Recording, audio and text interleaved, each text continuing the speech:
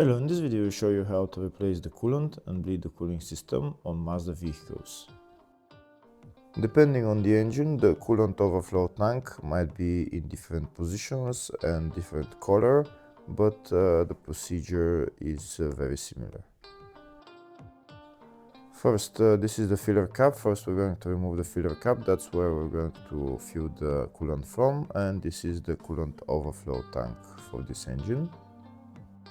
Before draining the coolant, first we're going to remove the coolant filler cap. Next we're going to go underneath the car and show you how to drain the coolant. On some engines there is a coolant drain plug, on others there isn't a drain plug on the radiator, so you need to remove the lower radiator hose on the radiator and drain the coolant that way. This is the hose that comes from the radiator, so you can remove that clamp on this side and just drain the coolant from there on this engine. Once the coolant is drained, next we're going to start filling coolant into the system. This is the coolant that I'm using, FL22. So we're going to fill the coolant until it reaches, until it goes all the way to the top. Here where we fill the coolant, this is not a coolant tank, we fill the coolant directly into the radiator. So unlike the coolant tank where there is a minimum and maximum level, here you fill the radiator all the way to the top. And afterwards we're going to look at the minimum and maximum level at the coolant overflow tank.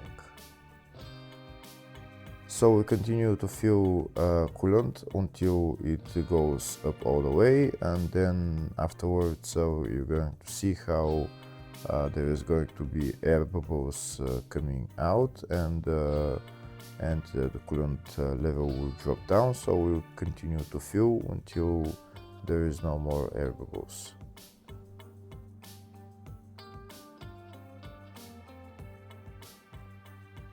Here you can see when we fill the coolant to the top, there is air bubbles coming out and the level of the coolant is dropping, so we continue to do that.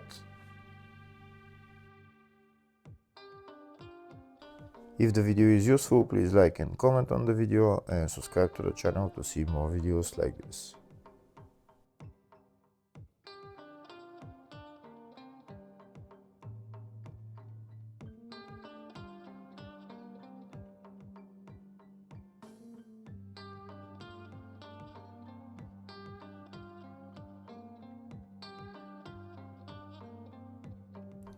Here you can see we continue to fill the system with coolant. There is still more air bubbles coming out and the coolant level is dropping, so we continue to do that. And now we're going to open the coolant overflow tank and fill coolant just above the minimum level.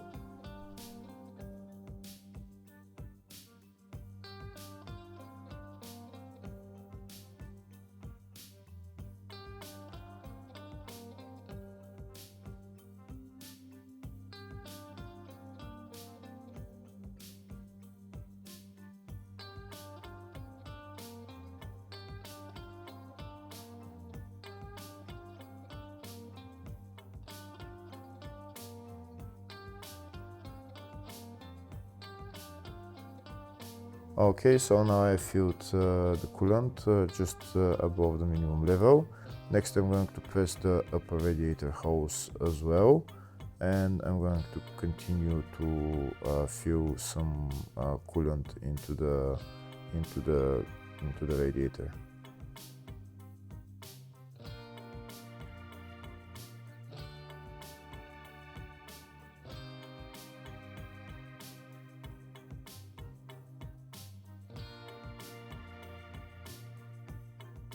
Here you can see the level is still dropping, there is still some air coming out. Now next I'm going to press the upper radiator hose just because it's in a high spot, just to make sure there is no air in there.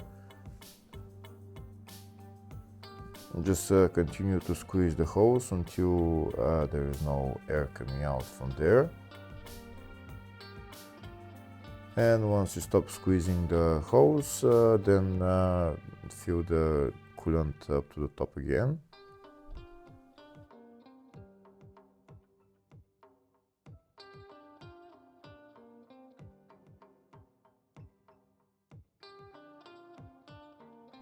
Then repeat the procedure, squeeze the upper radiator hose again, and then fill it up all the way to the top. And then we're gonna go inside the car and start the car.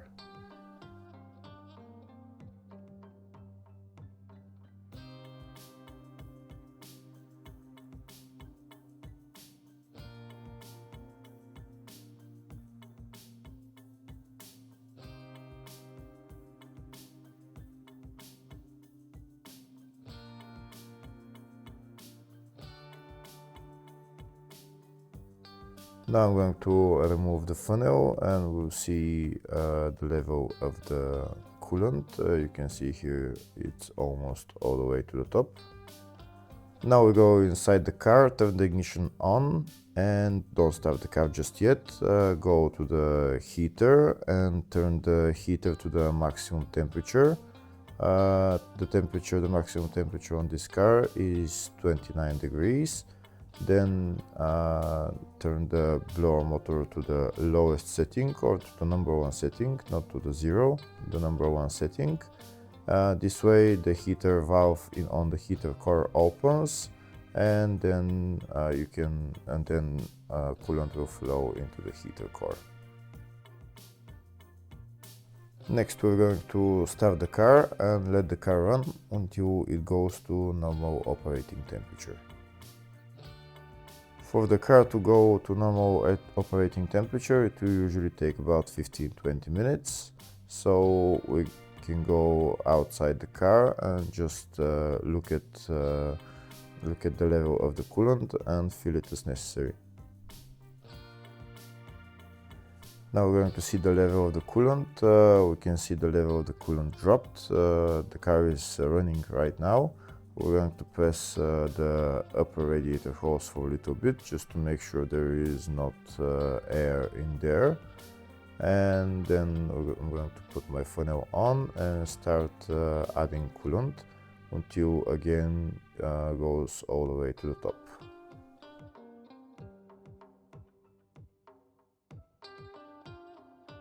Here you can see now it's all the way to the top and there is less bubbles coming out, but there are still some bubbles coming out. Here you can see there's some bubbles coming out, not too much, but once the bubbles are coming out, that means the system is being bled. We can see the coolant level is dropping. So now we're going to add some more coolant.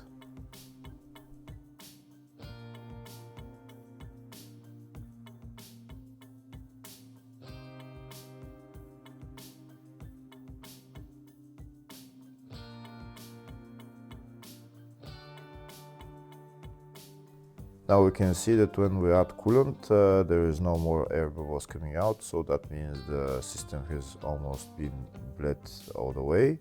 There's still some coming out, but not too much. Now I'll show you the level of the coolant in the overflow tank. You can see just a little bit above the minimum level. When you turn off the car, you can add the coolant to go to the maximum level. Here we can see the coolant is still to maximum level, so now we're gonna go inside the car and check the temperature. We can see the temperature is almost in the middle between hot and cold, so that means the temperature is almost at a normal operating temperature.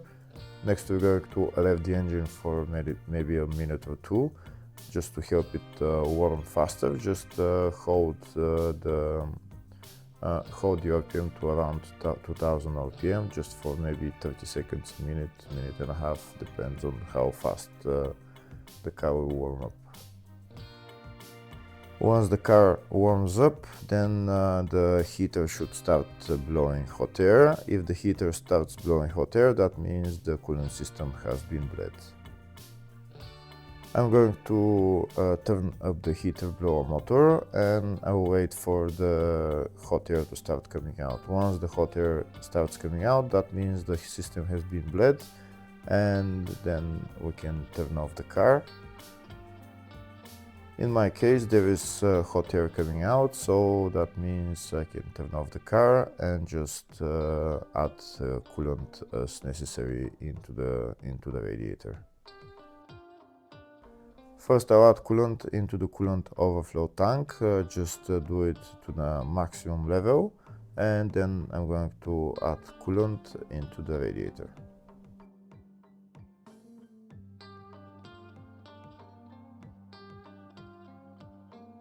In the radiator again, just add coolant until it goes up to the maximum level, until it reaches the top. Now we can put on the radiator cap on and the coolant overflow tank cap on, and we're done with replacing the coolant. After the car becomes cold, check the level of the coolant again and add as necessary. Next, I'll show you the bleeding procedure in the service manual. Hopefully the video was helpful. Please like and comment on the video and subscribe to the channel. Thank you.